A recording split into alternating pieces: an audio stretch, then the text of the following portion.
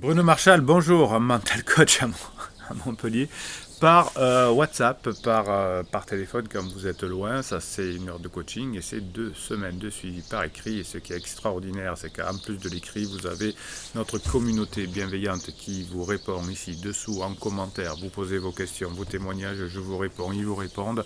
On s'entraide. Des moments difficiles quand on est en difficulté relationnelle dans son couple, avec ses enfants ou dans le boulot. On s'entraide entre nous et c'est ça qui est assez génial. Donc vous écrivez en commentaire pour vous faire aider, pour aider les autres, et c'est ça une communauté bienveillante et positive. Alors aujourd'hui, on va essayer de voir qu'est-ce qu'on peut faire quand on est en souffrance dans une relation, parce que voilà, la relation n'est pas comme on la souhaiterait, donc on souhaiterait qu'elle soit différente. Et lorsque l'on est en souffrance, d'où ça vient cette souffrance? Ça vient non pas de l'action, de la réaction de l'autre, ce n'est qu'un déclencheur, ce sont nos pensées qui vont entraîner nos émotions, qui vont nous faire souffrir. Par exemple, si mon conjoint sort seul un soir, eh bien, ça va peut-être m'énerver, me mettre en colère, mais c'est pas cette action-là, c'est ma réaction à cette action-là, puisque d'autres personnes pourraient dire, tiens, je suis super content parce qu'elle sort et je sors aussi, enfin, je vais pouvoir sortir aussi, ou je vais pouvoir être tranquille, etc. Donc c'est vraiment la réaction à une pensée qui va faire que l'on va souffrir ou pas. Et si je souffre, je vais essayer de diminuer la source de ma souffrance, c'est-à-dire l'action de l'autre, et ça marche jamais. Ou alors il faut manipuler la personne, ça marche qu'à court terme. En revanche, si je veux diminuer ma souffrance par rapport à la réaction de l'autre, j'ai une deuxième solution, c'est de travailler sur moi et de maîtriser mes pensées. Ce sont mes pensées qui vont me faire souffrir, puisque les pensées vont amener des émotions qui vont amener des actions. Donc si je bloque mes pensées, c'est ce que l'on voit en coaching, je vous donne les exercices qui vont vous permettre de ne pas souffrir. Vous ne pouvez pas changer la crise existentielle, par exemple, de votre patron, de votre conjoint, de votre enfant. C'est la vie qui est ainsi, on traverse tous des crises, mais je peux diminuer ma souffrance par rapport à la crise de l'autre. Et ça, c'est ce qu'on travaille en coaching. Alors souvent, on me dit dans les 2 semaines de suivi après le coaching, des questions qui me font remettre les personnes, mes clients à leur place pour les aider, bien évidemment, c'est toujours bienveillant, mais qui me disent mon mari ou ma femme n'a pas connu de crise d'adolescence, j'en ai parlé avec ses parents. Est-ce que la crise qu'il ou elle vit aujourd'hui va être plus importante? Et là, je leur dis, vous êtes totalement sur le mauvais tempo. Ça veut dire que vous pensez à des choses et vous vous faites souffrir. Là, le fait qu'elle ait eu ou qu'il ait eu une crise d'adolescence il y a 20 ans n'a aucune incidence. Alors peut-être que ça va la renforcer, la crise actuelle, peut-être pas, mais en tout cas, la seule personne que ça fait souffrir outre mesure qu'il ait fait de crise d'adolescence ou qu'elle ait fait d'une crise d'adolescence, c'est vous. Alors, quelles sont les émotions que l'on va pouvoir repérer dans son corps, finalement, qui vont vous faire dire « je ne suis pas sur le bon tempo et c'est moi qui me fais souffrir ». Les émotions sont faites pour se défendre dans l'instant présent. Par exemple, si je suis en colère, ça peut me sauver la vie si je me fais attaquer dans la rue par un malfrat. Ça va me donner une shoot d'adrénaline, et ce shoot d'adrénaline va me permettre de me défendre mieux. Ou je rencontre un malfrat dans la rue, j'ai peur, et ça va me permettre de me dissimuler, par exemple, de me cacher, et donc ça va peut-être m'éviter un combat. Donc dans l'instant présent, les émotions sont pertinentes.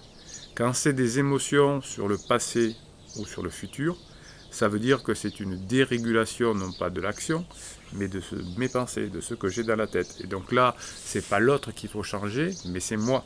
Enfin, c'est mon système de raisonnement. Alors, c'est très simple, vous allez voir. Quand il n'y a pas de situation à avoir de colère, je ne suis pas attaqué actuellement, et je me sens en colère, eh bien c'est une situation pour presque la majorité des temps, enfin presque pour la totalité des cas, sur le passé.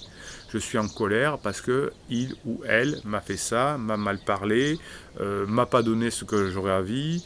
Je suis en colère parce que moi j'ai fait beaucoup et elle ou lui pas assez, etc.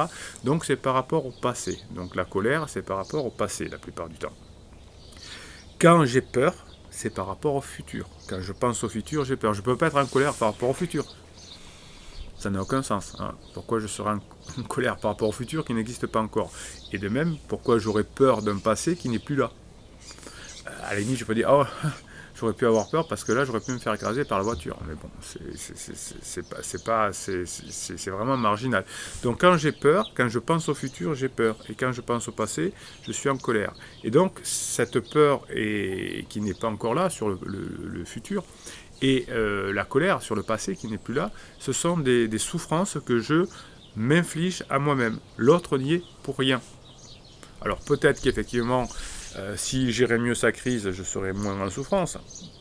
Mais peut-être pas, parce que je souffrirais peut-être d'autres choses. Donc vous avez le marché en main. Votre souffrance vous appartient. C'est pas l'autre qui vous fait souffrir. J'arrive plus à dormir, il faut travailler sur soi. C'est vrai que c'est parce que l'autre me malmène, mais c'est ma réaction qui est là. Donc, j'ai du mal à dormir parce que je suis en colère par rapport au passé ou j'ai peur de l'avenir. Donc, pensez bien à ça. Et si vous arrivez à maîtriser vos émotions, si vous êtes par la maîtrise de vos pensées, vous allez être beaucoup plus détendu, beaucoup moins en souffrance, et ça, c'est pouce en l'air. Et si vous êtes moins en souffrance, vous ferez moins de reproches à l'autre, puisque vous pensez que votre souffrance vient de l'autre, vous allez lui faire des reproches. Après tout ce que j'ai fait pour toi, et c'est pas normal de sortir le soir, et d'avoir une maîtresse, d'avoir un amant, etc. Donc vous allez lui faire des reproches, et ça va envenimer la situation. Donc il va y avoir des conflits et donc la souffrance va se renforcer. Donc quand je fais des reproches parce que je suis dans la colère du passé ou dans la peur du futur, je vais mettre ma relation à mal et donc je vais encore plus souffrir. Donc vous voyez le mécanisme. Donc l'idée pour enrayer le cataclysme, la pandémie comme on dirait actuellement, je vais travailler sur moi. Et si je me confine, alors cette vidéo pour ceux qui ne comprennent pas a été tournée pendant l'épisode de coronavirus Covid-19, donc c'est pour ça que je parle de pandémie, de confinement, mais si vous arrivez à confiner vos pensées, vous n'aurez pas la pandémie dans votre couple. Comme la personne qui est en crise existentielle, si elle connaît la crise existentielle, elle ne va pas mettre le feu dans son couple parce qu'elle va savoir que c'est un problème inhérent à lui ou à elle. Mais comme je ne connais pas et que je suis mal en point, que je suis en souffrance, je vais croire aussi que ça vient de l'autre, surtout s'il me fait des reproches, et donc je vais mettre ma crise existentielle va se transformer en crise de couple, et la souffrance pour l'autre. Alors que si je le sais, je vais traiter ma crise existentielle. Et bien là, vous savez que si vous ne traitez pas votre souffrance par rapport aux actions de l'autre, vous allez renforcer votre crise de couple et ce n'est pas ce que vous voulez. Donc vous ne pouvez pas pour le moment gérer la crise existentielle de l'autre, c'est son job, mais vous pouvez travailler sur votre souffrance avec tous les exercices qu'on voit en coaching. Et une fois que vous avez travaillé sur votre souffrance, vous n'êtes plus dans le reproche puisque vous souffrez moins, et donc la crise de couple diminue et finit par diminuer en même temps que la crise existentielle et le couple repart. Donc votre job, c'est pas de faire des reproches à l'autre, et chaque fois qu'on m'écrivait oui mais l'autre il m'a dit ça, qu'est-ce qu'il faut que je fasse, c'est plus du pouvoir, c'est un travail sur soi. Et c'est là la solution. Et pendant ce temps, vous n'avez que des relations, des small talk avec votre partenaire pour ne pas enflammer. Mais ce sera facile si vous ne souffrez pas d'avoir ces small talk. Quand vous me dites j'arrive pas à trouver des small talk, c'est que vous bossez pas sur vous. Et là, Bruno, il est très en colère. Il a peur de se faire agresser. Voilà, donc travaillez sur vous.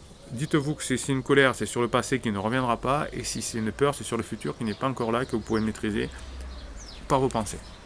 Si vous pensez que cette vidéo peut aider des personnes en souffrance, mettez un pouce en l'air et la plateforme YouTube se permettra de la proposer à quelqu'un qui en a besoin, qui aura déjà fait des recherches là-dessus.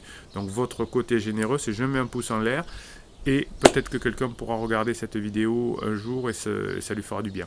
Il rejoindra votre communauté et vous aidera parce qu'il vous donnera des éclairages sur ce que vous êtes peut-être. Écrivez des commentaires. faites-vous plaisir, soutenez-vous entre vous. J'y réponds bien évidemment, c'est ici, là, quand je fais ce geste-là, ça veut dire que c'est en commentaire sous cette vidéo, il suffit d'avoir un compte, même anonyme, et vous pouvez échanger entre vous, c'est fait pour, hein, c'est pas un forum privé où il faut payer pour aller, c'est à la vue de tout le monde. Mettez pas de nom, mettez pas de ville, d'âge, si vous voulez pas être repéré, entre guillemets, si vous voulez, ça peut être anonyme, mais aidez-vous, faites-vous plaisir. Dites-vous, écrivez là-dessus et ça vous évitera de crier sur votre conjoint qui est en crise ou qui a mis à mal la crise de couple. Et bien évidemment, abonnez-vous à cette chaîne parce que si vous abonnez à ma chaîne, vous avez des posts qui sont réservés à mes abonnés pratiquement tous les jours. Voilà.